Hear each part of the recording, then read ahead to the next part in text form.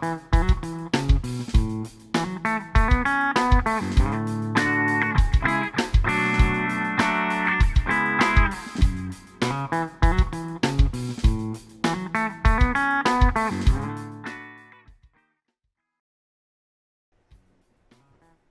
everyone, welcome to our very first YouTube-only feature for Party Foul. We're calling this one Split the Party.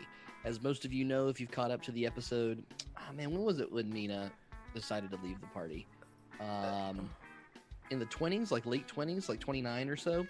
Yeah, I could double check, but... Yes, our lovely Furbolg Meena, having dealing with the death of her brother and the potential new love that she's found with Grays, decided to take some time off from the adventuring life that she loves so much and went with Grays to live with him and has some other things to do. And that's where we're picking up the story right now. So we're pretty excited to bring to you just a small little look into what's happening with Meena and some of the decisions that may happen. Maybe we'll film a couple of these before Meena gets back to the party. Kind of depends on what Mandy chooses to do right now. So I'm pretty excited about that. Please don't How are kill you, Mandy? her. How are you doing? I'm nervous. Yeah. Should be. Meena didn't You saw what I did respond. to Faye last session, so I get to take your little backstories and I get to go pretty excited boy. about that. Anyway, thank you for watching this here on YouTube. You can catch us always on Saturday nights at 7 p.m. Eastern, 6 p.m. Central on twitch.tv/Mindari. And you can catch the live episodes, or you can catch up all the way you want here on YouTube. So we hope that you'll stick around for us there. I just want to quickly thank Waylon Roche, who's got the music playing here that you hear our Party Foul official theme, as well as Tabletop Audio. I'll be using some of their music a bit later. Beyond that, we're just going to dive right in and see what's going on with Meena. So my first question here, and I'm going to change to something just a little more chill for music here. All right, Meena. Finnegan and Matthias and Gwen all decide to, in Neriad, leave your, you and Grays' little hut for a while. And you've got about 3 to 4 days with Grays before you start to make the journey that we're going to talk about today. So we're all curious, what's Meena been up to? So Meena is mourning the loss of her brother. Mm-hmm. Who his body, correct me if I'm wrong, is currently outside of Grays' hut, right? Yes, Grays has some practice in being able to deal with dead animals and make sure that they're processed the way that he wants to do it. So he's able to help you essentially embalm, not really like mummify, but sort of preserve the body in a way that's going to... And Finnegan helped you with a spell that's going to keep him from, like, rotting for a while. But he is dead and is essentially just on the porch, but delicately laid out for that time. So Meena stayed in the hut most of the time. She probably walked out of the hut, looked to the side, realized her brother was there, and then just noped and turned right back around, went back into the hut. So she spent the time getting to know Grays a little bit better. Dosing herself every so often with the love moonshine, I guess, for lack of a better term. To remind our audience, Meena was gifted a love potion from her former first, love guru is maybe the right word for it. Destiny, the Port Zane's courtesan, and Destiny gave Meena this love potion, probably for a different reason. I had to think about that a little bit. But Meena has been cutting her moonshine with it to convince herself to stay fallen in love with Grays.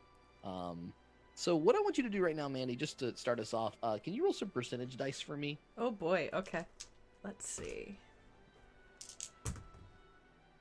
40.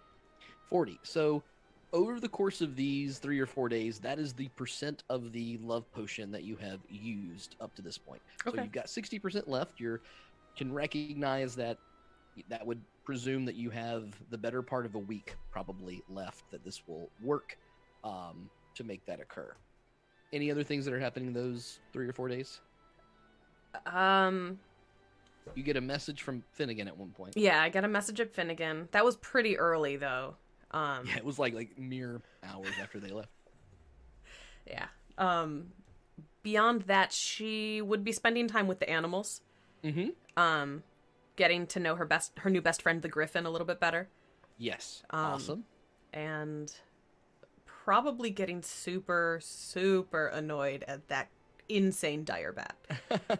Yes. So Graze is aware that you want to make the journey that you two are about to make. So he has been working during this time when he's not completely enraptured with spending time with you, which he is. He is trying his damnedest to get this dire bat trained a bit more, so he can kind of take him out and show the dire bat a little more of an adventure. I'd be helping with the training, even though the dire bat is like the second most annoying thing since Matthias. That's great. Well, that sounds like an animal handling check with me. So go ahead and make an animal handling check to see how that goes. Mina's really good at those. 21. 21. Yeah, that is quite good. You actually think that the dire bat kind of obeys you more than it obeys Graze.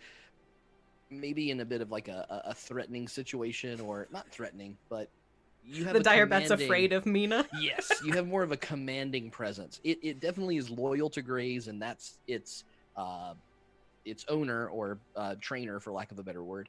But you are the one where you snap, and the dire bat like immediately does the thing that you have been working to train it to do. Graze is a little jealous of that, but is grateful for the help. Did you plan on taking any other animal with you on this journey? No, I don't think I really could, because we're going to be carrying the body of brother. Yeah. So no, I don't think that we'd be bringing anything other than the necessities for traveling, the body of brother, and the dire bat. Yes. If that's the one that Grace chooses to bring, which is Absolutely. baffling to me because there's a perfectly good griffin right there. Yeah, no, he was pretty set on bringing the dire bat. Meena might debate with him for a little while, but he just really feels like he should bring it. And what did you decide when you hit? Well, let me explain. Thematically speaking, the death of your brother and the new choices that you're making in life, the authority, though maybe Meena's not on the path that she necessarily wants to be on, there's some assertiveness in the way that Meena has taken this part of her life right now, and that is enough, as well as the training of the animals and spending time with Graze, to have earned your experience to level up at the same time as the party did. What did you end up choosing to take, and how does that affect how Meena plays from a OOC perspective? So she is level 8 right now. Let me double check to see exactly what I did, because that was a while ago. Yeah. She is still a druid. She's still moon druid. Mm-hmm. Oh, yeah. So my ability score improvement, I figured that with everything that she's gone through, she deserved a charisma boost. So she got a point in charisma and a point in constitution. Nice. And now she's able to wild shape and fly. Uh-huh. Yes, the classic moment of could become a bird but could not fly. So what is her bird form? Is it her family's classic giant eagle, or is it something else? I'm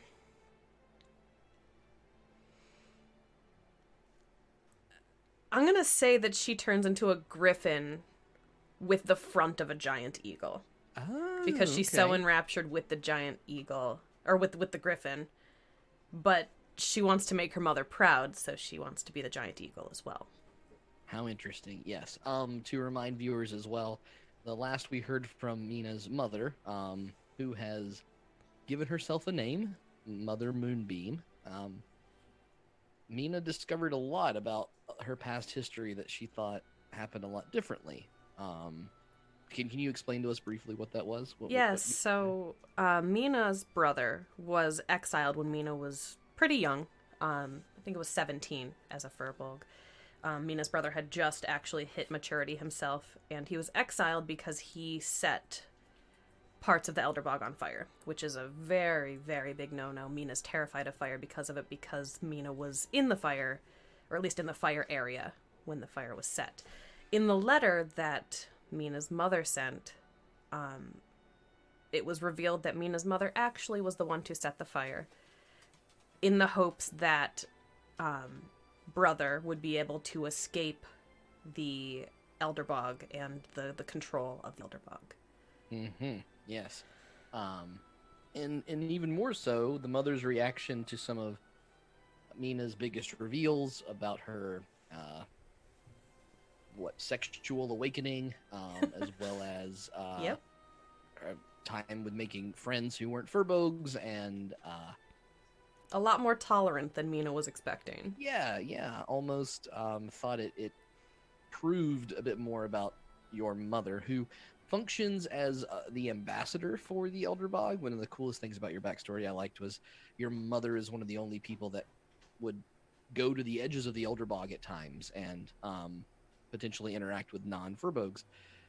So Meena inherited some of that wanderlust from her mother, and her mother, though she spent basically all of Meena's young life being very stern and trying to make her follow all of these rules and rituals that were incredibly ingrained in Meena when she first met the party, at least. Mother was pretty proud that Meena broke out of that herself and found this new opportunity. And I think the last thing, just to remind everybody about, was Meena's original purpose in leaving the Elderbog. What did they want her to do? So it's kind of like a twofold purpose. The first purpose was to try to find a cure for the, for lack of a better term, erectile dysfunction or the inability to create babies. So that was the kind of overarching. She was the moon blessed, the chosen one, basically, to go and try to solve this issue. The other part was to go and find a husband herself. Her mother told her that there were furbolgs in the Monoloch and in the Elven Forest, and she needed to go out and find a husband. Yes. The fate of the Elderbog furbogs, who have been unable to produce new offspring for the past decade-ish. Numbers dwindling anyway because they are incredibly reclusive and don't interact with a lot of the world outside of their own folks, but we're always able to multiply in a way that kept them the way they are for hundreds of years. Things are getting worse. The Elderbog itself is starting to fade away. A lot of the water and the plants around you just weren't holding up to erosion and some of the more natural impacts. The earthquake impacted most of the continent and didn't necessarily directly impact the Elderbog, but you may learn a little bit more about that today. And yeah, this is, as we've learned more and more, though they worship Selyun and nature, they have a bit of a potential curse put on them by Lythander and Lythander's Holy Army, because the furbogs did not choose the side of the humans during the War of the Beasts. So all of that's playing out, and all They of chose that weight, neutrality. yes, Let's chose get neutrality. punished for neutrality. The Elder Titan that they sort of were spawned by, they didn't want to necessarily betray because of all of that Titan's power. So they chose neutrality as opposed to picking sides, and have never been forgiven for that. And then the final thing, I mean, so many final things to try to get some context here, but I want it to be sort of standalone if people want to watch this. The Elderbog is in the far northwest corner of Aurorasol's continent and is completely surrounded by water on the north side and some mountainous regions that we don't know very much about because no one's ever been up there. The Fazul Canal on the south side, and then to the eastern border is this really interesting line, a longitudinal line, if you want to call it something, where the Elderbog's weather, the humidity, and the wetness completely shifts to arid desert in the exact, like, standing on the border between Colorado and Wyoming or whatever. Like, it is just suddenly you're in a completely different climate environment. And that area is populated by mostly orcs or half-orcs or some goblinoids that were allowed the human army to pass through and fight off the Elder Titan when the War of the Beast happened. So they are in better graces than a lot of the furbogs. Though some furbogs have indeed gone on and influence society, Solana being one of them. She is being on the Dawn's Council for quite some time and a member of the Army of the Loon back in the day. So there's our big lore drop. The session will be a little bit more than that. All right. Any other thoughts about what Meena's up to or how this journey begins or what you're looking for before we see what's gone on? I think we're good. All right. Now I'm getting nervous because it's good stuff coming. All right, here we go. So, Meena, it takes a couple days as the eagle flies to get to the Elder Bog. But at the end of your second day, using your wild shapes and pacing it out, sometimes you go on foot together, sometimes you get up in the air and fly to go faster, graze on your back, your brother's body wrapped up in your griffin talons that you have in your wild shape form. As you end the second day of travel and you see the Fizzul Canal disappearing behind you, knowing that you finally made it into the Elder Bog. As darkness descends and the moon is clouded by clouds in the sky where you can't quite see the Selyun's blessing across you, whipping through the air towards you is a net. It completely wraps around the front half of your body, piercing your wings to your chest. And as you begin to plummet, another net slams into the other side of you. Graze begins to scream, hanging on for dear life as the eagle griffin form whirls and whirls downward. The branches of the Elder Bog's thick forestry starting to pierce into your skin. Your flesh begins to rip apart as the griffin eagle form fades, Graze holding into your back. You're clinging your brother now, the three of you plummeting down, and right before you hit the ground, a softening before the giant impact. You feel your body go limp and loose, and sleep overtakes you. The last thing you see is Graze, his head slumping to the side, also falling asleep, as you skid through the last branches and onto the soft, swampy soil of the Elder Bog. And you begin to sleep. Oh no.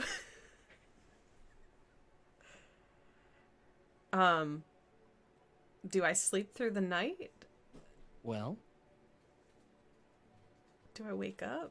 The first thing that you feel is heat surrounding your body. You remember the splashing of water as you hit the swamp, so this doesn't make a lot of sense. Why is it hot? How hot is it? It's pretty warm. Feels like it's coming from above you. This heat bearing down, not like sunlight, but like a warm blanket overtaking you as you struggle to try to get your eyes open. Your eyeballs flicking back and forth in your eyelids. Then a breath of probably the least pleasant smell Meena knows in her life. Smoke. She's gonna start thrashing and try to get away from the heat and away from the smoke as soon as that smell hits her and she feels the heat. You feel your body trying to obey your commands. You're telling yourself, roll left. You're telling yourself, roll right. Extend your arms out. Open your damn eyes, Meena. Open your damn eyes. Something's holding you back. As if you're bound, though not by ropes or chains, but maybe held together by some magical force around you. You're stuck, you're tense, your body is not doing what you want it to do, and the smoke gets thicker, and the fire that you have now identified as being, must be the source of this heat, gets warmer and warmer, and you sweat, and you sweat. I'm gonna try to wild shape to get out of the binds, the magical... Okay. Please make a wisdom saving throw for me. Okay. I'm actually decent at those, so not if I roll like that. 15. 15. What shape did you want to try to go into? She would have tried to wild shape into something small so she could get as far away from the smoke and as close to the ground as possible, so probably a squirrel. A squirrel. Okay. So as you feel your blessing of Selyun start to echo throughout your body, and your skin begins to become a little bit furry in patches, and your body is starting to shrink and pull against it. You hear a voice in your head.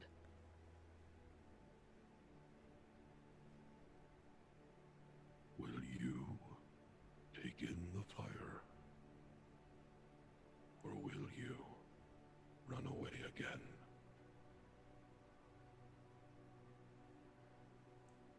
I don't want to take in the fire.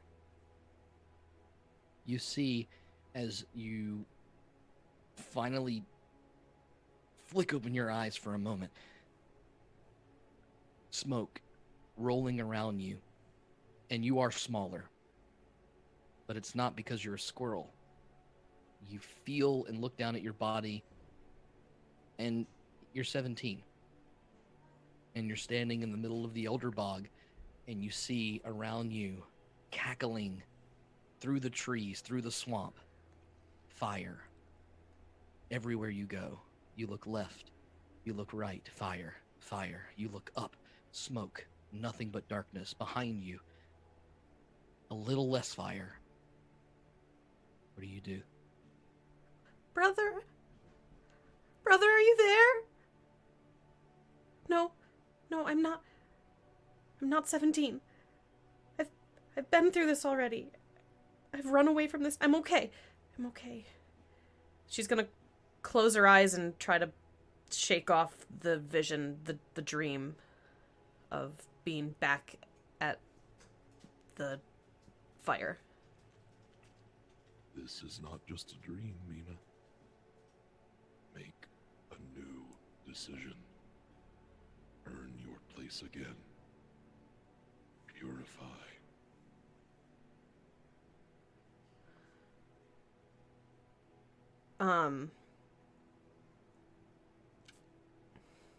Mina's gonna try to crouch down to get away from the smoke. She's not leaving yet, but she's crouching down to get away from the smoke. She is going... What does she have on her right now? Make a investigation check. Okay. An 8. 8. What you feel is a younger Furbogs, someone who's not past a lot of your tribal rites yet, robes. You feel a small pouch of water on your side that you would always have. You feel a small tuft of food, dry food in your other pocket. And across your neck is a necklace with a blue gem that you do not recognize.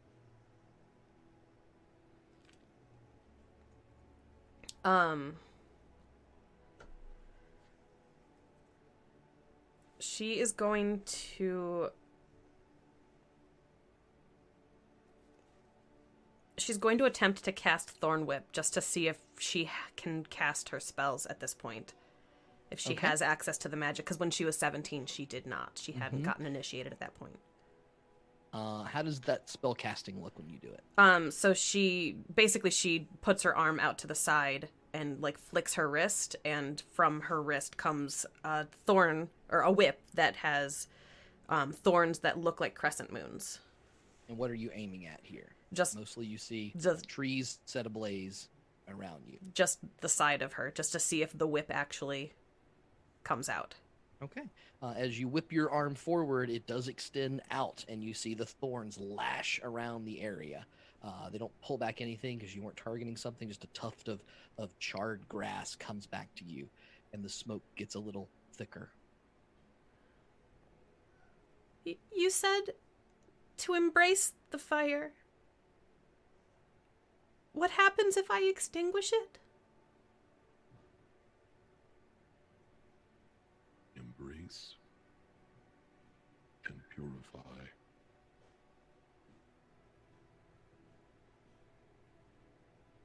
I don't need to be purified. I'm bathed in Saloon's light. As you peer around the fire, asking those questions, the smoke getting thicker, I need a Constitution saving throw from you. Okay. 19.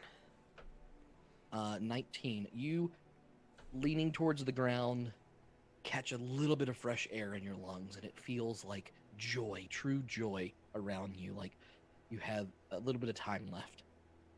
It encourages you to pick up and look a little bit around, seeing those terrifying things with your eyes ever so cracked open. And there is a shadowy figure that you can see among the flames. It's tall. It looks a little familiar, though, far away.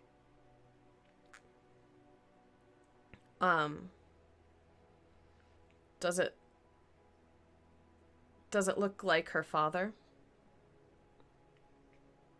To a certain extent, yes. So it's a furbolg. Father? Is that you?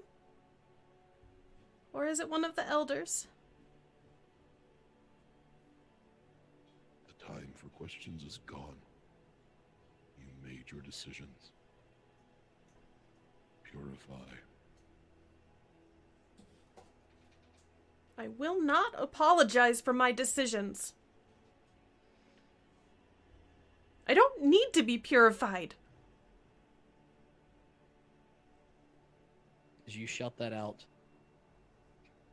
your mind begins to grow thick. You're somehow transporting yourself somewhere else and fighting against something, and it's not quite breaking away, and suddenly your eyes open and you're still in that forest, surrounded by fire, thick smoke around you. The figure steps closer through the fire itself. And that furbolg that looks a little like your father is indeed your brother.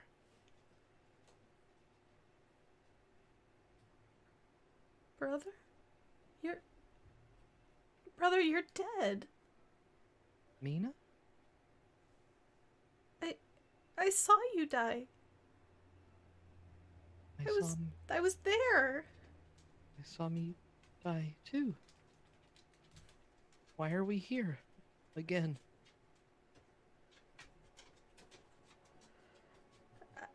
I don't know. This is some sort of test. This isn't real. You're not here. You can't be here. I saved you last time, didn't I? Yeah, but you didn't save me the first time. Do you want and me I to save didn't you? save you. No, you didn't. I guess we're even. Yeah, I guess. I think you need to go now. You're not real, and it hurts seeing you. The fire doesn't hurt me anymore. I could pick you up. I could carry you through. We could be purified together. Is that what you want?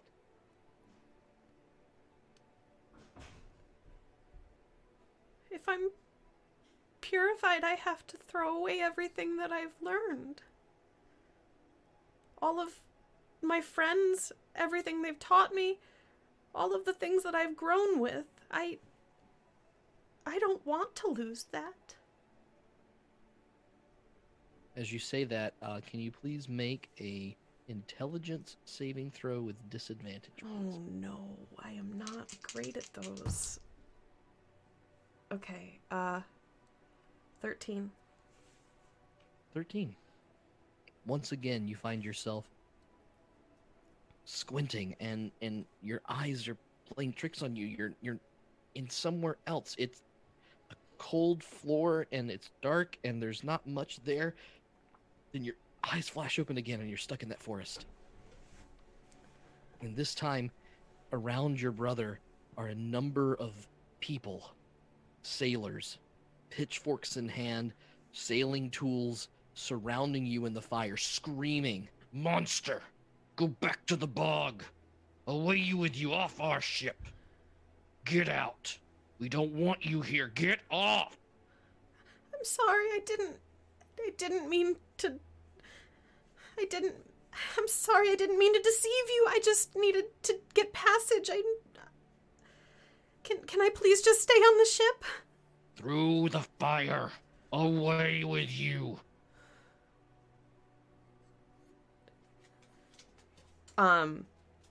Is there only one way out? Make a perception check. 9. As you look around, the walls of fire have grown, the intensity of the heat. You imagine that when you come out of this, you'll be covered in soot. Most of your hair could be singed off at this point. You don't know how you're not physically dying more. Every gasp of breath after that first one is a little more painful. You got that one gulp of fresh air that's sustaining you, but everything else hurts a little more and a little more every second. Can I please just... Can I... You're not real. Wait. You're not real either. I've already lived through this. I ran away. I don't want to run away from you this time. Can you please? All I need is passage. I need to get away from the flames. Please, can you just let me through?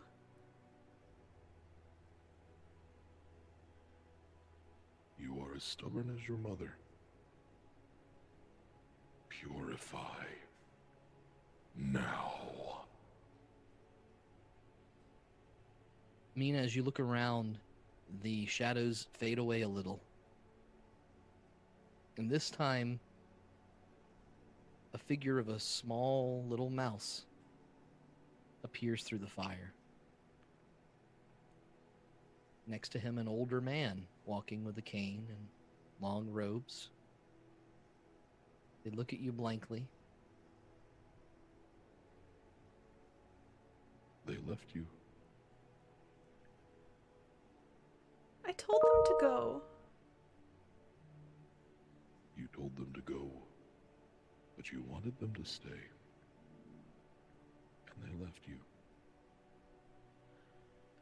I didn't want them to stay. I was angry at them. I told them that I needed time. They knew that. They're my friends. They gave me the time that I need. As you sit there, a large, slimy arm starts to curl through the old man's robes towards you. Through the mouse's arms extending outward towards you. Long, slimy arms glowing through the firelight. And they're going to try to wrap around you. I need you to make a either acrobatics or athletics check. Okay. Athletics. I am better at than acrobatics. 18. 18. As they whip around, you feel their slimy, hot talons all across your body, and then suddenly, and maybe it's your smaller frame from being 17, maybe it's the water in your pocket that squirts out, and suddenly you shove the slimy arms off of you, and they move away, and the little figure of the mouse and the old man fall back into the fire. Your brother turns. Did they do that to you? Did they let you get captured by some slime thing? They barely knew me at that point. They came to save me after that. Huh. You would think that good people would always save people. They wouldn't need second chances. I wish I had known that before.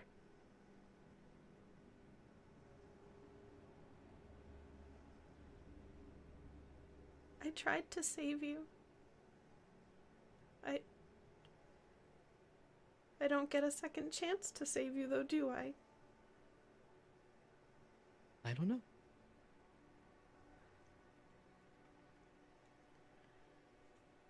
I think maybe if you walk through the fire, maybe they can bring me back.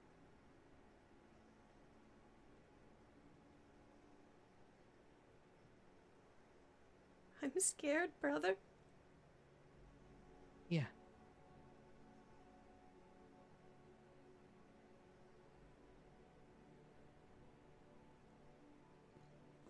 Mina's gonna stand up.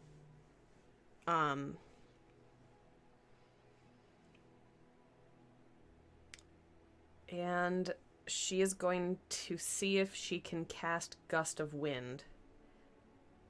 Okay. Aiming at what? Aiming at the flames to try to blow them apart. Okay.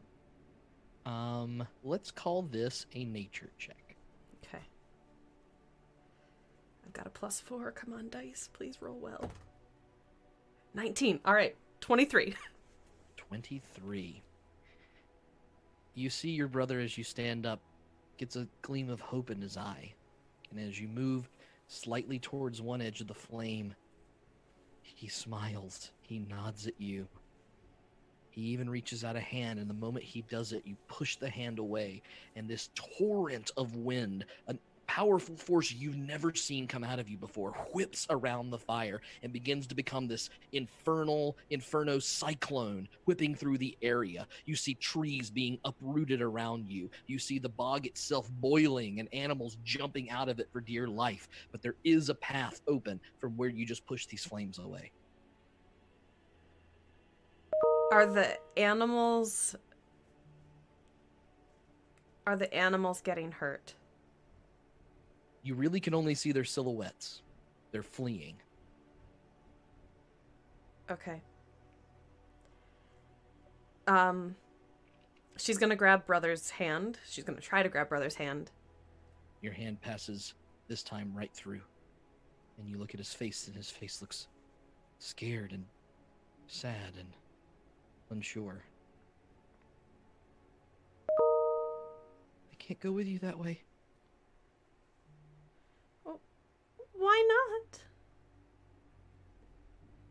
I don't know, I just can't.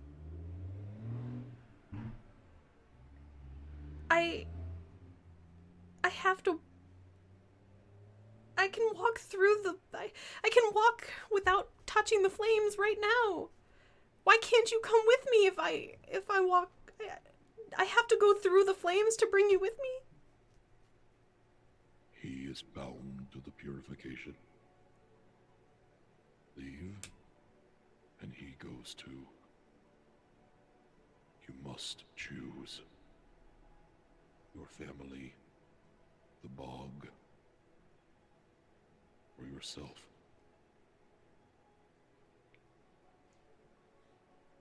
Purify.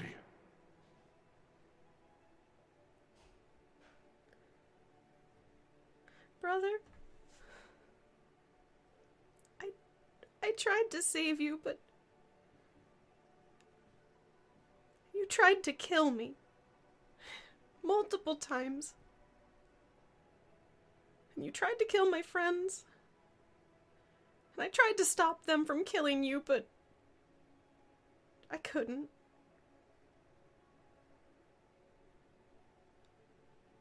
The bog has been nothing but bad memories and hurt. You were my only good memories, brother. I want to save you, but I can't lose my friends. Can you make a persuasion check with advantage, please?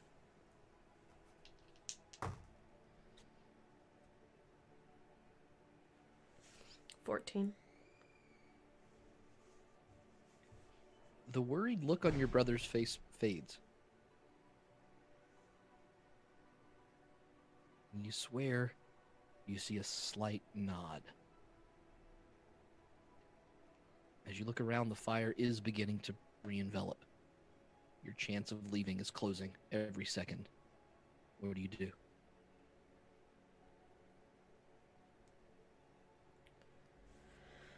I'm gonna try to touch him again. Trying to hug him, and it passes right through. When I see that it passes right through, I'm gonna kind of shake off the feeling of just utter betrayal that she feels, and then she's just gonna book it through the open flame, the pathway around the flames. I'm gonna give you a Constitution saving throw with advantage, and then I need you to make an acrobatics check as well. Dirty 20, so it's a 26, or not a natural 20, so it's a 26. And nice. then Okay. Awesome. an acrobatics check. Yes. 6. 6. Okay. You steel yourself. You let go of that thought, and you begin to run. And as you run, you get towards the edge of the flame, and it begins to lick up towards you, and you can feel almost like the vines themselves reach up and try to reach around your ankles. You stomp at them and push away and get a nice big gasp of breath and fall to the ground. Only one of them hooks onto your ankle and is trying to drag you backwards towards the flame that is pulling itself around your brother's silhouette in the midst of it. As you look up around on the outside, you can see little halflings silhouetted around you. You see a large Goliath woman. You see a young tiefling woman. You see a farmer man, and you see a dark elf in the distance doing this. There's a flame vine basically around my leg right now. Pulling at your leg to try to pull you back to the circle of fire. What do you do? She's gonna hold her hand out towards her friends, and then kind of like rotate her body around so her back is on the ground. She's gonna plant her leg that isn't restrained by the vine, and then she's gonna take the hand that was reaching out to her friends, hold it up to the sky, and she's going to call out, "Saloon, grant me your light!" And she's going to cast Moonbeam on her leg. Okay. To get the vine off. Let's make a nature check with advantage there. I'm just using this as a device to see how well these things go. That is a natural 20. So 24. As if the clouds themselves of smoke could not hold back the moonlight, a shining silver beam pushes through and falls right on your ankle. You feel an intense heat, somehow both relieving and painful all at once, and the vines and the fire shriek away. Your leg is free, and you can see there is a large moon-shaped stain on your ankle as you pull back, and you don't have time to check it as you inch backwards on your hands and knees towards your friends, towards the darkness that's behind you. You see the fire beginning to quell. Those shadows around you fade. You keep going? Yes. One more wisdom save with advantage, please. Okay. With advantage? Yes. Thank God that was a nat 1. 26. 26. As you're running and running in the darkness, looking for any sign that something might be coming, your eyes seem to shut, and you try to get them open again, because why am I running in the dark? My eyes are closed, and then they start flickering back and forth, this rapid eye movement going back and back and back, and suddenly, that cold floor beneath you. The forest is gone. The flames are gone. You're sweating, a cold sweat, as you lie on the ground. And your eyes begin to focus. You're tired. And you're heaving. And you see the tops of this cave-like structure ahead of you. A little bit of light coming from something over to your right. Your body feels stronger, older, more mature. Your hair is done the way that Gwen helped you do it and that you've come to like. Your armor is on, your weapon, everything feels the same as it was as you breathe a little bit easier. What do you do? Can I see anything around me other than just the cave and Make myself. a perception check. 12. 12. You're so exhausted and tired, it's hard to get your head to do much more. But you kind of get the sense that there's a wall to your left. It's cold and cool, wet a little from some moisture in the area. As you pull yourself up against that wall and try to find relief, you see another wall in front of you, probably only 10 feet away. And then to your right, another wall. You're not quite in the corner, but you're near it. But then that light that was shining, that you finally get your eyes to focus and see, bars piercing through some iron pipes that seem to descend down through the cave wall. I'm gonna scramble forward, standing myself up, using the wall as kind of like a prop so I can get my feet under myself. I'm gonna run forward to touch the bars. As you stumble and try to get your feet beneath you, your left ankle is incredibly sore. And you stumble up and you grab the iron bars and you peek through. And if you'll take a peek at the map now, you are up to the edge here. This is just where the bar areas are. Oh no. You can see you're up against the bars right now in front of you here. Okay. Make a perception check again.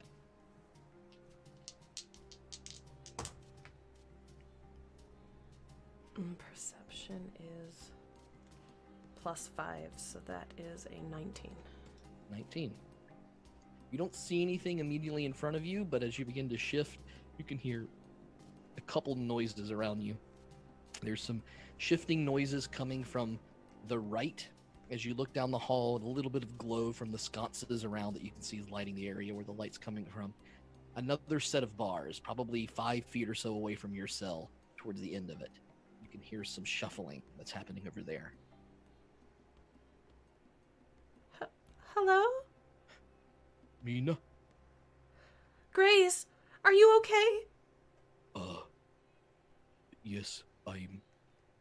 Where are we? What happened? We're in cells? Yes, I did ascertain so much. Are you okay? Are you hurt? Did they hurt you? Physically, I think I'm okay. I have a small, weird thing going on with my leg, but they didn't do that to me, I don't think. Are you okay? Did they hurt you? I'm okay. The bat is okay. I've seen him flirting around the caves. They seem to let him roam. I do not know. I've not been awake very long, but You said they let him roam? whoever put us in here, yes. I have not seen anyone, but do you know who would do this? I can't tell for certain, but if I had to guess, it was the elders.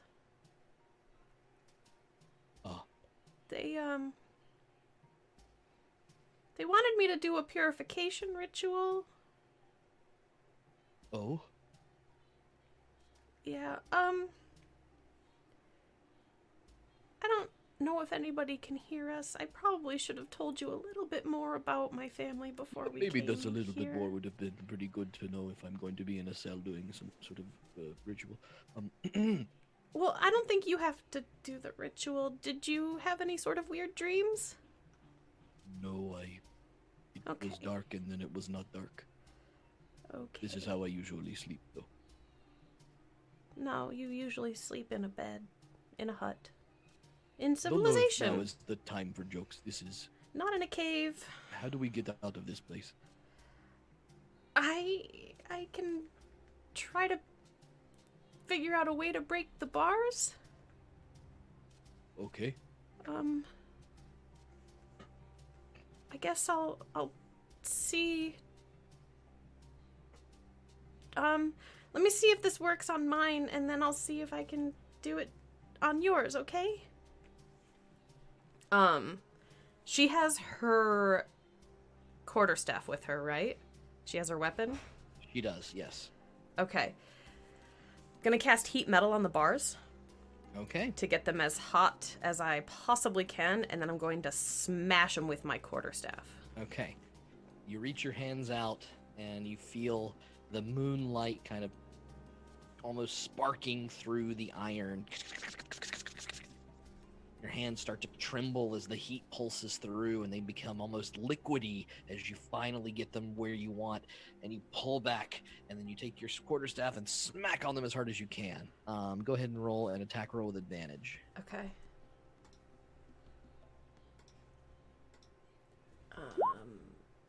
That actually... Let's see. Oh, Oh, natural 20. Yep. Okay. Interesting. So your quarterstaff cracks through them, and you see this moldy metal, molten metal bend and warp as you whack into it, and it sort of eschews it to the side. Not quite enough for you to get through yet, but another hit like that, and you're good to go. I'm going to rear back and try to hit it again. Okay, make that attack. All right. Let's see. This time it is an 11. Or wait, with advantage? Still with advantage, because So the 19. thing can't move away from you. A 19 to hit, and you finally make this last little whack, and one of the bars warps just so much, the other one almost cracks in half, and you think, with enough finagling, you could get through. Okay. I'm gonna start finagling, trying to avoid the heat of the metal as much as possible, but it's not open flames, so it's okay. Yeah. We'll call this, I'll call it sleight of hand. I know it's like sleight of body, but I think I'm going to go with sleight of hand. Okay. I have a +1 to sleight of hand, so 18. 18. You tuck and you try to it shocks your hand for a second, and it scrapes your head, and you pull through, and it's just really the same heat from the flames like flickering through your subconscious here, but you pull yourself out, and you're on the cold, cool floor on the other side of the wall. And there you can see for the first time Gray's wearing all of his stuff, his traveling gear, grabbing the bars. You hear the dire bat kind of roaming around in the caves itself. That worked.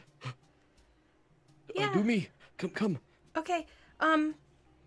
You're gonna probably want to get as far back as you can. I don't want to hurt you on accident, okay?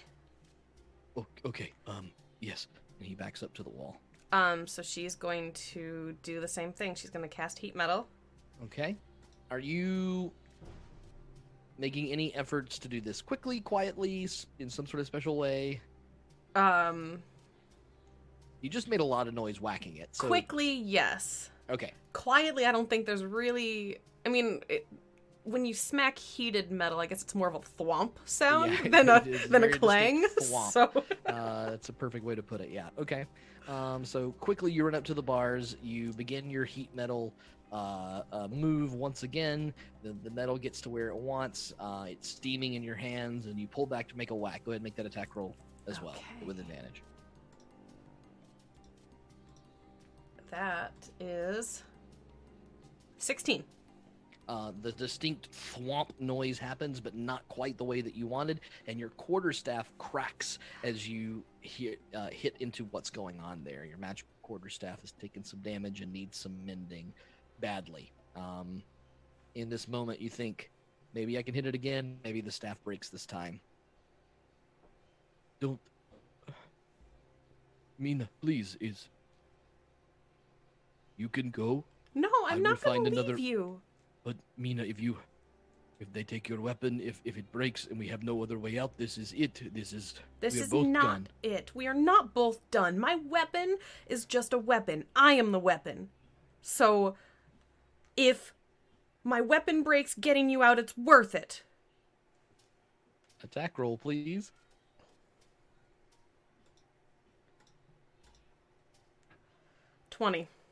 20 to hit. You rear back and thwomp.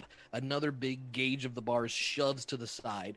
Graze is a big guy. Not quite enough for what's going on, but the staff seems to hold for that. You think maybe one more with some more heat metal and you will work. The metal begins to cool and congeal around in this sort of odd bow shaped towards the back of the cave prison cell. Are there, because I heated the metal, I'm really more warping it out of shape. Have I caused any flaws in the construction of the metal at all? Like any cracks? Let's call that an investigation check to see. Okay. 4. 4. You do not, unfortunately, see any particular cracks. It is bent out of shape, like a strongman competition, but it's not really cracking at all. Okay. Then I'm going to cast heat metal at 3rd level. Wait. The gust of wind that I cast inside of the dream, did that use a spell slot? It did. Shit. Okay, I'm going to cast heat metal at 3rd level then. Okay, using a 3rd level spell here. This time, all of the bars around it somehow, as you kind of reach, the heat from your hands is so intense that it seems to affect all of them at once. And you rear back your quarterstaff one more time to finish it off. Make that attack. Okay.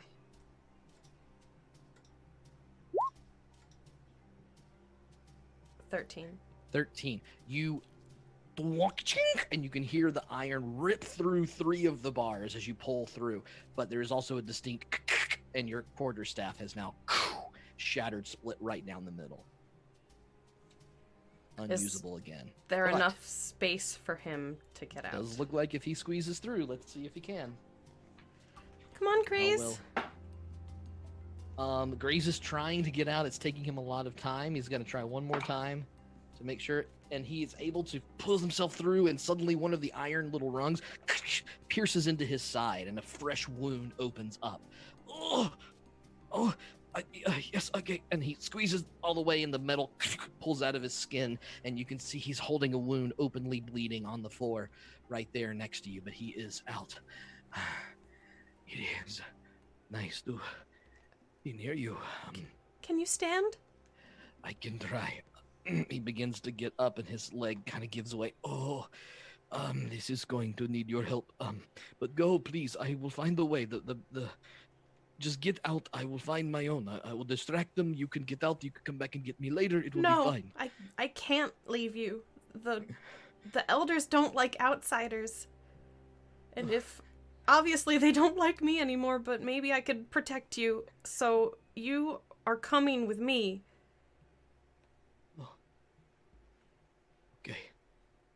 Okay, you'll have to help me. And he reaches around your neck and puts an arm on your shoulder and tries to lift himself. He's heavy. You're going to move at half to quarter speed most of this journey away from this. What do you do? The dire bat finally lands right on your shoulder, looking in its kind of crazy cocaine-addicted way back and forth to you, not sure what's going on. She's gonna take her bag and Graze's bag and try to secure them on the dire bat so that weight's not on them. Okay. Mm-hmm. And she's going to hopefully not regret using so many spell slots. She's going to cast Healing Word on Graze, just 1st level. Okay. The Healing Word, what do you say to heal him? Come on now, Graze. You just get up a little bit, okay? Saloon's guidance on you. Don't have a problem with that. I know. Wait, you just told me not to joke. It's now. Okay. And the moonlight crests through your hands, and you see the wound suture up. He's still wobbling. He's doing a little better. Yeah, but it dealt 8 some points real of healing, damage. so it's just a little bit, not too much. Pretty good. He's definitely got a little bit of smile as he feels that warm energy around once again, and it's closer to you. Well, wherever we are, we better get away. I do not know where your brother's body is. I do not see it any time. Well, hopefully they're treating it with respect, I guess. Yes. Let's... That is the most important thing in this moment. I mean, that's why we came here, to give him a burial that was respectful. I'm gonna turn to the dire bat. Mm-hmm. What was the dire bat's name? Do we remember? It definitely has a name, and I've got it in my notes that I did not pull up with It's me, fine. so. She wouldn't Insert use the name name here. anyway. Insert name here. Bat, you've been flying around. Do you know where any of the exits are? Seems to be interacting with you in a very positive way. Would you be able to start flying towards one of the exits? It's heavy down by the bags that you put around it, so it's going a little bit slow, but you can see it trying to flap the wings, and it's leading you straight forward down this hallway. And I'm going to be supporting Graze's weight going straight forward down the hallway. As you begin to move and clop with him, there's a little trickle of blood still coming out of his wound. Something needs to really heal him in a deep kind of way. As you move towards the exit, you can see there's a faint bit of light coming as you go down the cave a little bit more, and you make your move, and then suddenly out of the darkness, silhouetted by the light that's blinding you from the other side of the cave, another tall figure moves and stands up. Well, it took you long enough. And there is Solana standing at the end of this cave prison. That's where we're going to end the session today for Split the Party.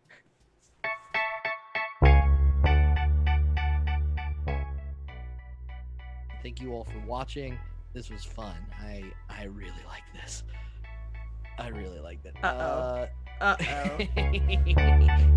Should I apologize to all of our viewers because now this is like your new favorite thing and you're going to torture people one-on-one, or should I say you're welcome to the viewers? I guess know. only time will tell. It will depend. I mean, not every one of them is going to be psychologically asking a character to choose between her brother and her adventuring life, but why else play if things don't change, right? Why else play? Exactly. That's my thought. Well, once again, thanks everybody for watching. We'll see you live on Saturday nights, twitch.tv/Mindari for live episodes of Party Foul. Catch up when you can. Love each other. Stay healthy. Stay safe. Fight the good fight. We'll catch you all soon. We love you. Talk to you soon. Bye.